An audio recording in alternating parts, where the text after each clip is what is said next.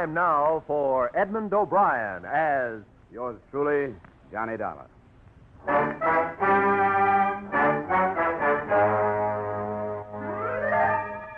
Edmund O'Brien in another of the adventures of the man with an action-packed expense account, America's fabulous freelance insurance investigator, Johnny Dollar.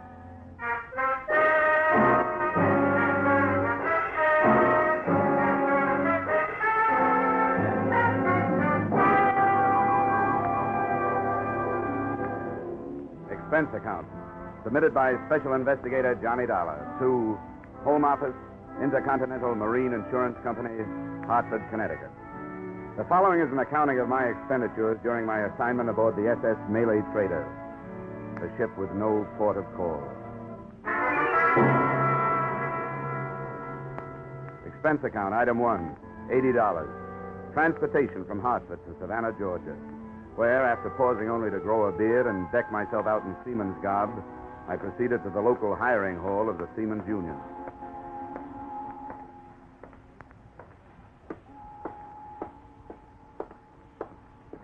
The Cape Lorenza, C2, sailing for the Panamanian line, bound for Rio de Janeiro, leaving tomorrow morning, 9 a.m. The call is for one baker, one galley boy, one carpenter, and 2 ABs. Cape Lorenza, C2. Yes, okay. All right, we'll put the call right through right away. Em, what is it? The name is Dollar. I'm signing on the Malay Trader. Ordinary seaman, special permit. Special, huh? Well, let me see now. Oh, yes, here it is. Insurance deck, huh? Well, I'm glad to cooperate, Dollar. Thanks. Where do I find the ship? Pier 8. The directions will all be here on your assignment slip. What's the beef? A hot cargo? Well, maybe. When I find out, you can read about it in the papers. Okay, so you're not talking. That's your business. Here's your slip. Now, the best way to get there is to follow the railroad tracks past the warehouses right across the street.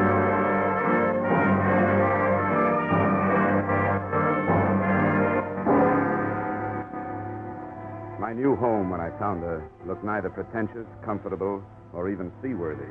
She was a rusty old Liberty ship that probably had a war record, but hadn't had a coat of paint in months. Her winches, fore and aft, were busy feeding heavy rattan-covered bales into her gaping holes. Her decks were alive with longshoremen, and set against all that activity, a bulky gent wearing an officer's cap lolled on a stool near the head of the gangway, idling time with fingernails and a penknife. Yeah? What's your business? I'm signing on. Where do I find the chief officer? You found him. I'm Halstead. Let me see your slip. Yeah.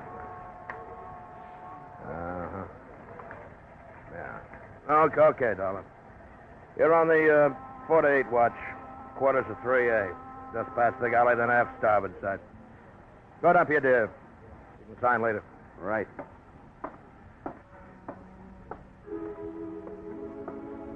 So far, the spy story method seemed to be working.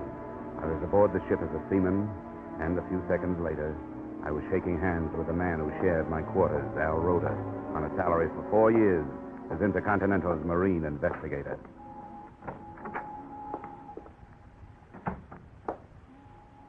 Johnny.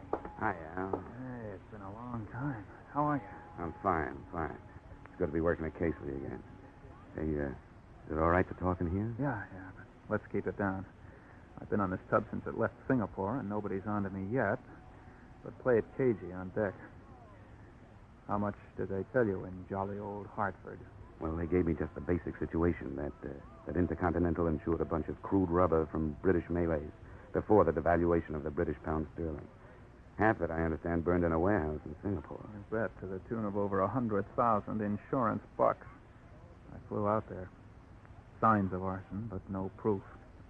I followed the other half of the crop here to Savannah. Hey, this company that owns it, Malay Traders, kind of an outfit, is it? They aren't angels.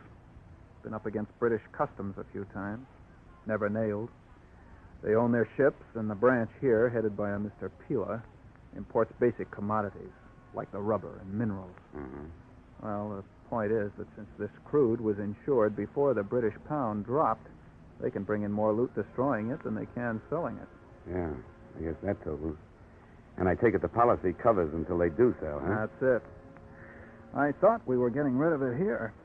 They packed it away in their warehouse, but then 3 days ago they started loading it aboard again. That's why you were sent down. What's the matter, Al? Don't you think the company trusts you? I guess they figure I need help. And they're right. Where do you think we're bound, Johnny? Well, my paper's at Corpus Christi. The scuttlebutt is that Corpus is just a stop. That we clear there for Mexico, Veracruz, where arson investigation isn't what it could be. After that operation in Singapore, what else would they Hold do? it. Hold it. Dollar, you in there? Yeah? Hall staff. Ship's articles are in the company office, corner of the warehouse. Go ashore and sign them. Yeah, okay, right away. Sir. Nice try, sailor. Oh, and if you'll take a word of fatherly advice. Well, practically anything you say. Go ahead. That girl in the office, the Malayan half-caste, she's the boss's daughter. Ah, my.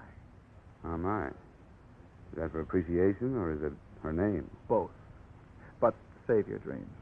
The chief, our friend Halstaff, is as possessive as he's big. And you know something? I don't blame him.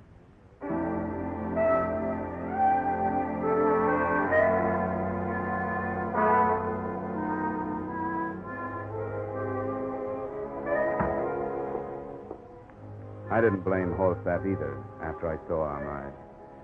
You could tell she had enough Occidental know-how to be proud of what the Oriental did to her looks. Ah, my, indeed. Good afternoon. Hello. I'm here to sign the articles. I'm the Malay Trader. What, please, is your name? Dollar, Johnny Dollar. Dollar. Are you a very thrifty man, Mr. Dollar? Well, hardly. My name is usually the only one I have to my name. Your signature right here. I wish I was sailing with you. What? What did you say? That I wish I was sailing with you. I have begged with my father, but he will not let me go with him. Oh. Your father's going with us, huh? I didn't know that. I will beg some more. Once again, please, your name right here. Oh. You have nice hands, Mr. Dollar. Nice hand? Now, why'd you say that? I see so many hands here on my desk, so I notice them. Some are big and lumpy. Some are short, some are dirty. In the steward's department, some are clean from dishwashing, but all wrinkly. I see. Well, I'd better get back to the ship. Thanks. Thank you. We hope that conditions during your voyage will meet with your approval, and that you will accept employment with Malay Traders again.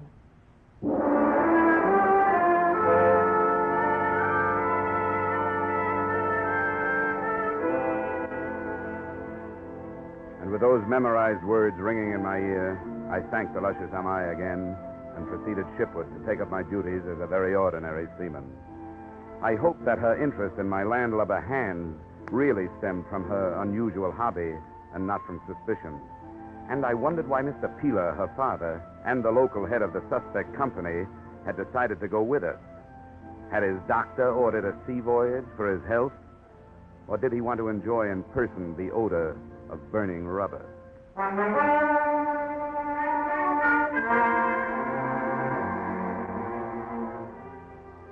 The next afternoon, the cargo had all been brought aboard. The ship was made ready for sea. And I had sustained, along with multiple cuts and bruises, the ire of the bosun because I didn't know the difference between a preventer and a topping lift. But by the time night fell and the Malay Trader was plunging down the Atlantic coast, I knew one thing. The sailor's life is not for me.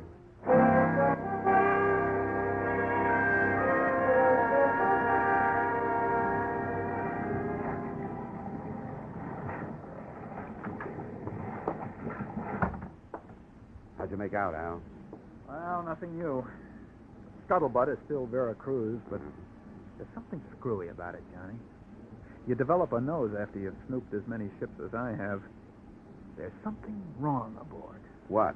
Besides my seamanship. The old man? Yeah, a lot of little things. The course we're on for Florida Straits, the readings on the ballast gauges. course, the displacement ratio changes with different oceans and water temperatures. Look, Al, that's all Greek to me. Ballast gauges, displacement ratio. Just what are these things that are bothering you? Well, I don't know. Just vague things that... Look, come out on the foredeck with me, will you? Yeah, sure. Probably just this overactive nose of mine, but...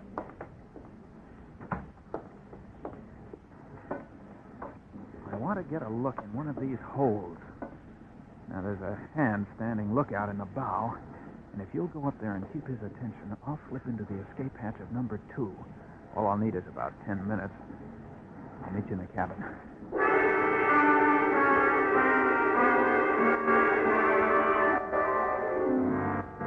I made small talk with the lookout for 10 minutes, then started back towards the cabin.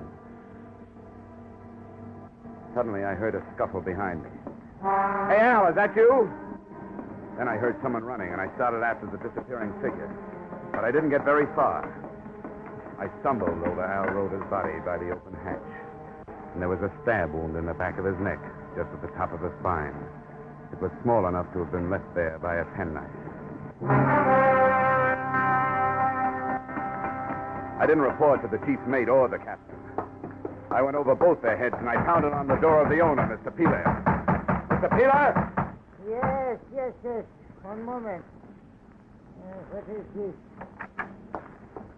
What does this mean? There's been a killing down on deck. What do you say? Killing? My watchmate, Al Roda. But this I will not believe.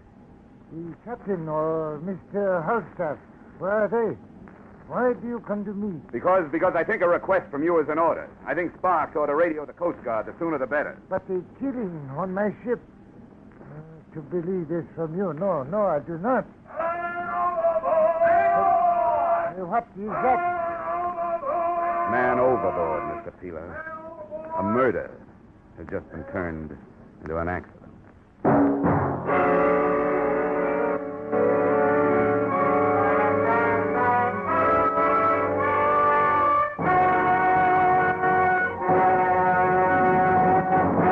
In just a moment, we return to the second act of Johnny Dollar. But first, Kitty Callan will join Vaughn Monroe's caravan along most of these same CBS stations this Saturday night.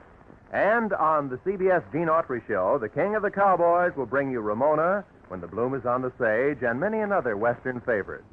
The Vaughn Monroe Caravan and the Gene Autry Show are heard every Saturday night. Hear them tomorrow night in an hour of top pops and sagebrush symphonies. Now, with our star, Edmund O'Brien, we return to the second act of yours truly, Johnny Dollar.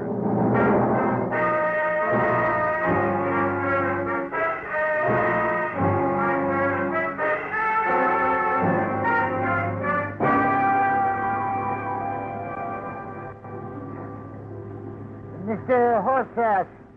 Mr. Horstaff, you please come here, Mr. Horstaff. Yes, sir. Mr. Horstaff, there has been trouble? Yes, sir. One of the crew fell overboard, sir. Then talk with this young man. He speaks of killing. Killing? No, it's you, Dollar. What's this guff about killing? Al Roda. He was stabbed in the back of the neck with a small knife.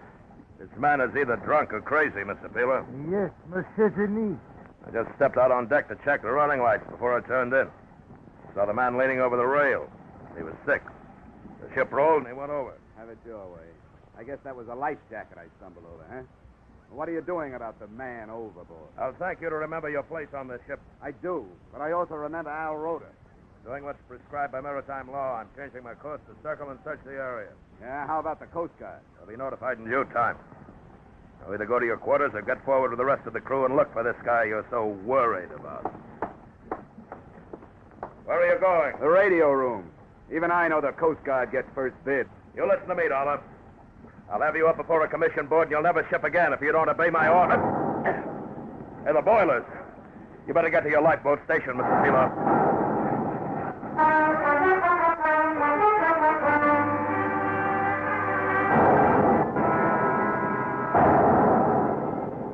Every time an explosion lifted the Malay Trader up off the water, it lifted my stomach up with it. My heart must have been pounding, too, because I felt it high in my throat. and feeling that big seagoing box of steel plates and bolts shuddering under my feet, painted sweat on my forehead, and big sticky flashes of real fear on my soul. This would be getting dead the hard way.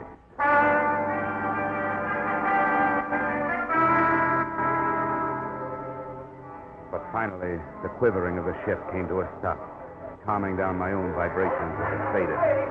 Then the tub started to lift, giving me a new reason for keeping my mind off of taking a cut at Falstaff with the closest fire axe. The crew got panicky as a bunch of kids in a burning school. And while they fumbled with the lifeboats, I took a last running look at number 2 hold. There were still bloodstains on the deck where I'd found Rhoda. And next to them, besides the open hatch, I found something that Falstaff hadn't realized he'd lost or hadn't had time to look for. His penknife, the pearl shell handle, with an anchor embossed in silver. I pulled back the tarp further, moved a few of the sectional hatch covers, and got a look into the hold. There was enough light to see the cargo, and enough smoke curled out to tell me the explosion had not been in the boiler. Yeah, I had a fine case, except it was going down under my feet, and I'd end up with everything but proof.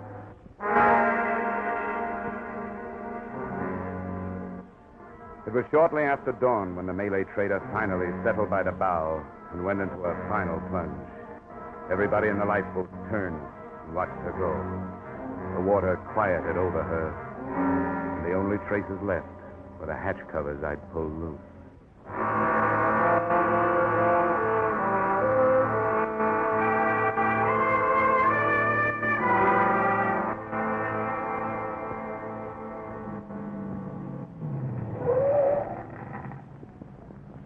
This is the place, mister. Yeah, this is it. That'll be, 280. Yeah, here you are. Keep it. Oh, thanks.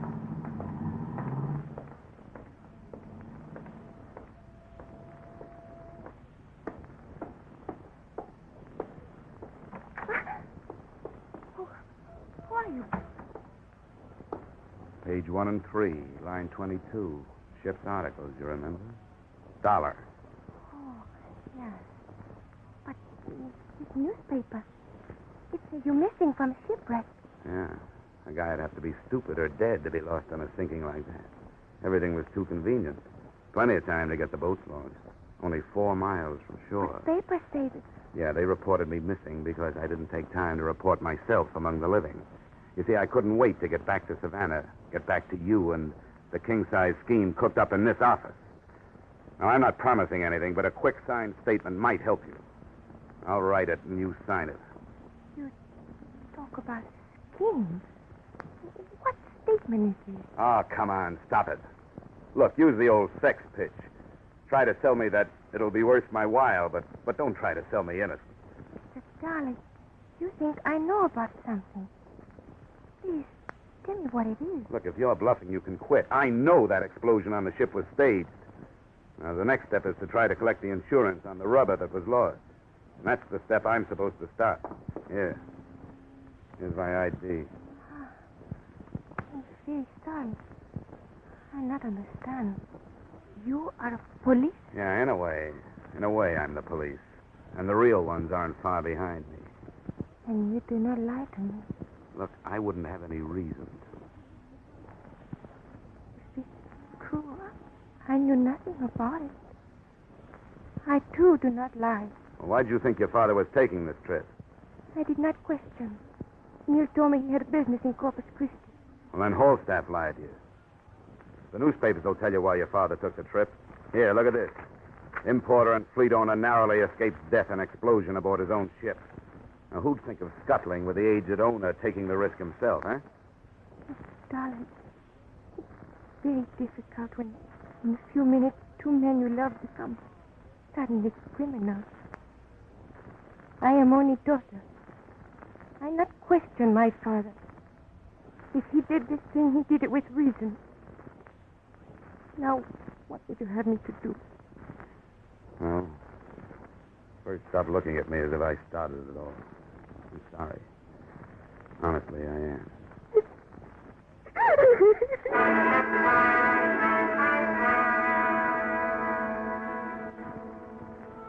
clear to me now that she wasn't lying. And to hide my embarrassment, I read through the newspaper accounts of the sinking again while she recovered herself. There were air photographs of the huge oil slick the sinking ship had left on the surface, the only reminder now that the hatch covers had drifted away. The lack of wreckage was mentioned in the stories, and I remembered Al Rhoda worrying about ballast and displacement. I looked up the number of a local chemist, and I made a phone call.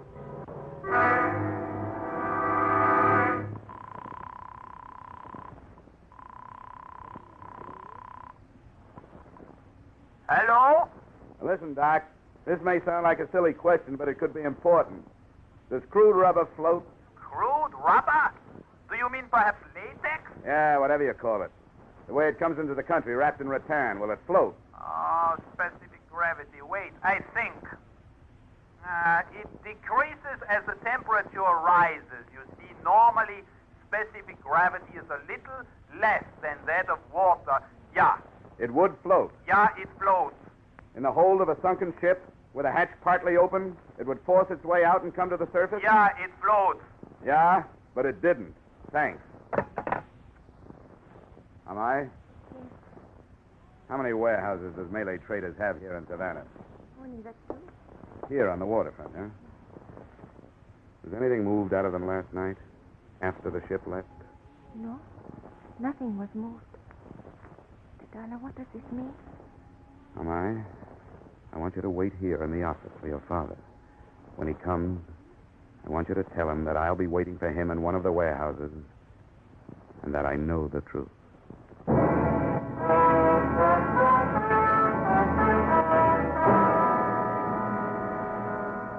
The Malay Trader warehouses were closed for the day, but my foot in a window opened them. Both were stacked high with imported goods, and I picked my way through everything from lychee nuts to ivory back scratchers. In the second one, hidden behind a wall of cotton Ceylon tea, I found what I was looking for.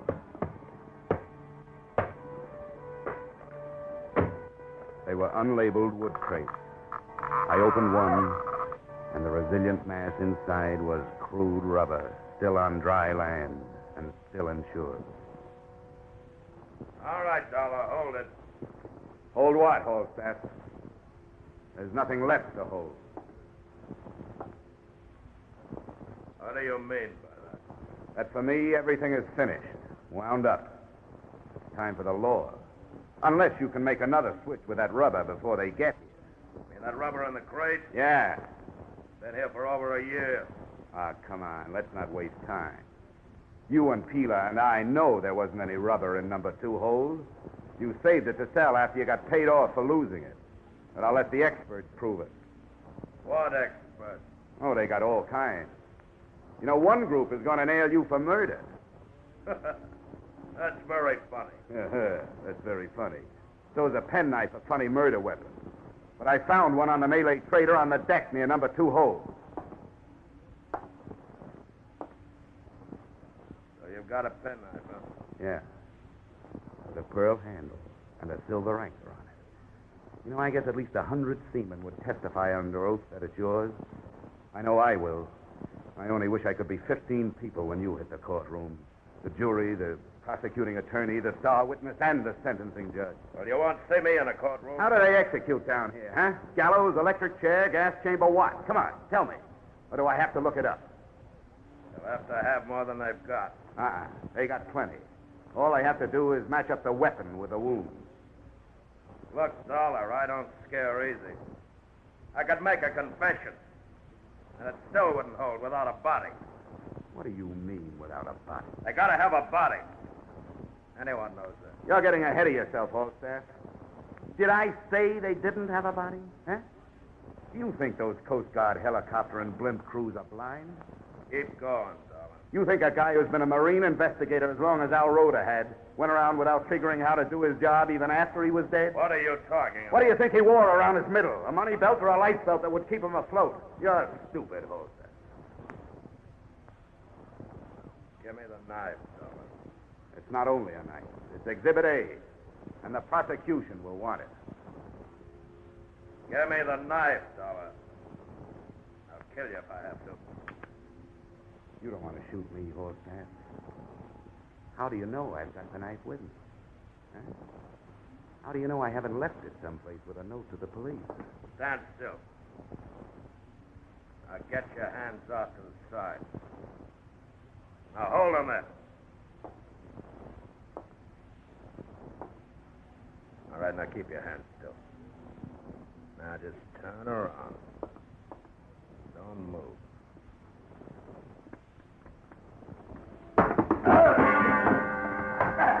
It wasn't time for Queensbury Ruse. He was close to me, and I used my feet. The first one landed on his shin. In the same movement, I fell forward on my hands and kicked out with both feet.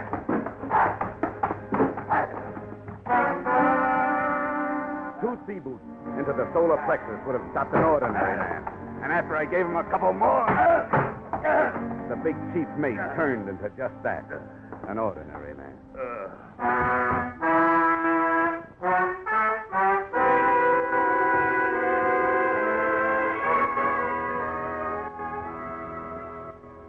I turned Hallstaff over to the police along with the murder weapon and the results of my bluff. They took it from there to a confession.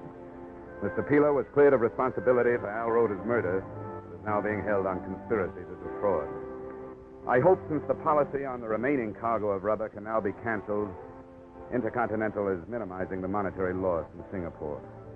To you, the loss is a little more than $100,000 and an operative. I have lost a friend.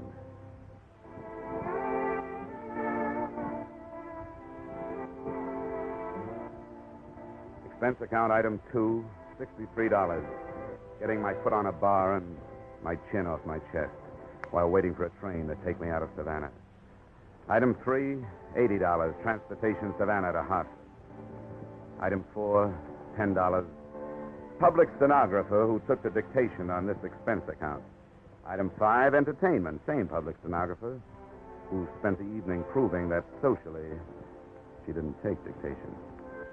Also that she was no good at making me forget what I want so badly to forget. The face of Al Roder. Expense account total? Skip it. This one is on me. Yours truly, Johnny Dollar.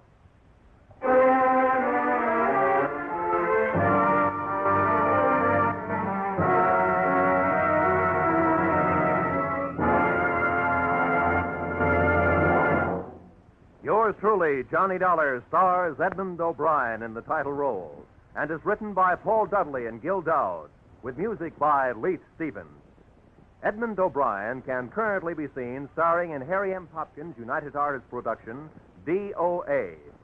Featured in our cast were Lillian Bayef, Barton Yarborough, William Conrad, Elliott Reed, and Robert Griffin.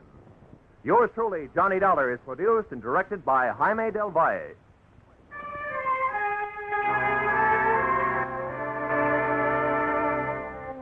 Join us again next week when Edmund O'Brien returns in another adventure of Yours truly, Johnny Dollar.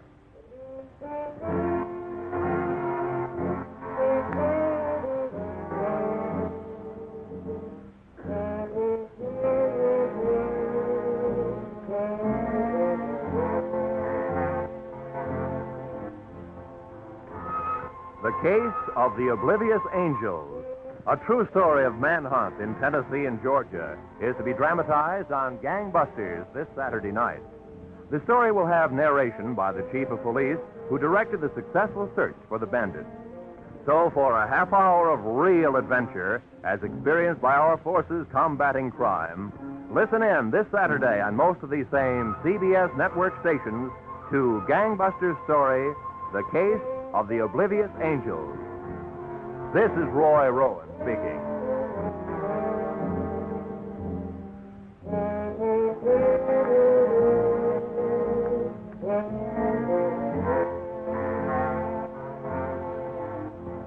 This is CBS, where yours truly, Johnny Dollar, meets adventure every Friday night. The Columbia Broadcasting System.